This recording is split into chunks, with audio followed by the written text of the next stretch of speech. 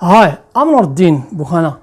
I'm a teacher of English. In this video, we are going to have a look at this present simple tense.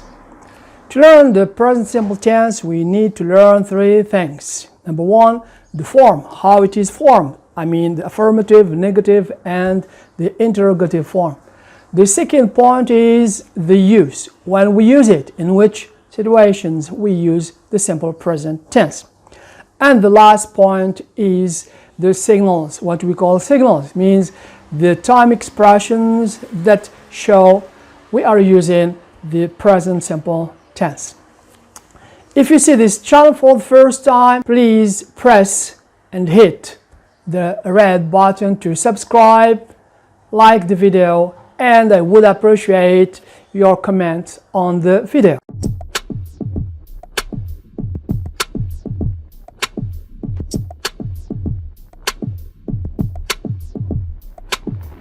Let's get started. The affirmative form. To know or to learn the present tense, the simple present tense, we should do it through examples. So as you can see here, I teach English. We like fries. They play football. He teaches Arabic. He teaches Arabic. She studies maths. The dog or it. The dog or it. So the dog here is something, an animal, so it's a noun person. So we refer to it by it. It barks a lot. So as you can notice here, for I, we, and they, we use the subject and the verb, or the root of the verb, teach, like, play. For he and she and it, we simply add an S. Generally speaking, it is an S, but there are three spelling rules we are going to see in this video. Now, the negative form. As you can see here in the examples, we just add an auxiliary do plus not. So I do not teach English, or we use the contracted form. So you can see here the do not becomes don't. I don't teach English. We don't like fries. They do not or they don't play football. For he and she, as I said before, we just add an S. But here, we don't add the S to the verb, but we add the S to the auxiliary verb, the helping verb. So we can say, he does not speak Arabic, or he doesn't speak Arabic. As you can see in the example, she does not or she doesn't study Arabic or maths. The dog or it does not or doesn't bark a lot. As you can see, we don't use the S on the verbs. Be careful and remember this. And now the interrogative form.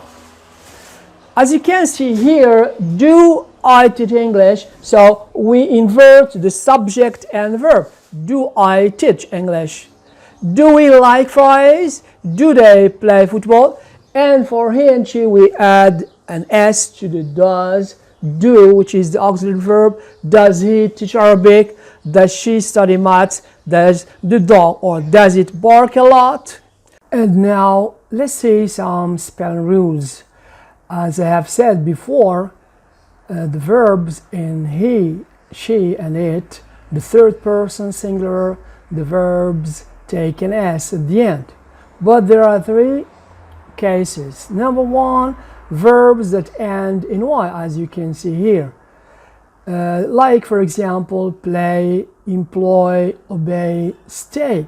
So in these verbs, we have a vowel before the Y. A is a vowel. O is a vowel.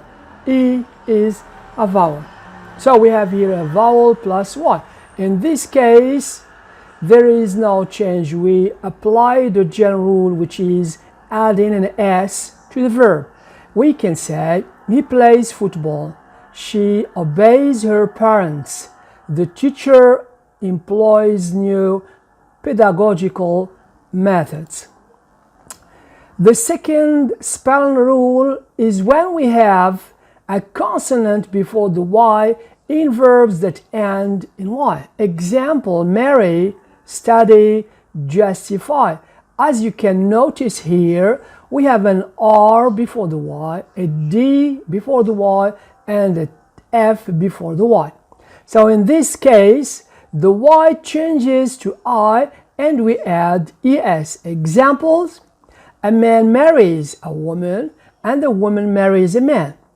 He studies maths every day. He never justifies his acts.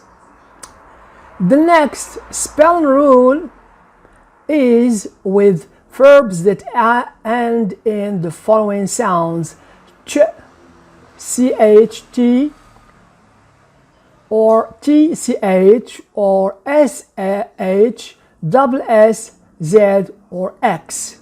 For example, my father never watches TV in the morning. So as you can notice here, watch, there is a tch, so we add an es to the verb, to the end of the verb. She teaches Arabic in French. He misses her mother a lot. He boxes as a lion. The bee buzzes in the garden. And now, dear viewers, we are going to see why we use the present simple tense and what are the signals that indicate this tense.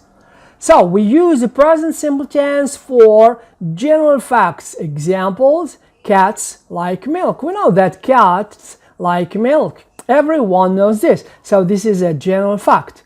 Routines or habits. And here we usually use these adverbs of frequency like always, usually, seldom, never, etc.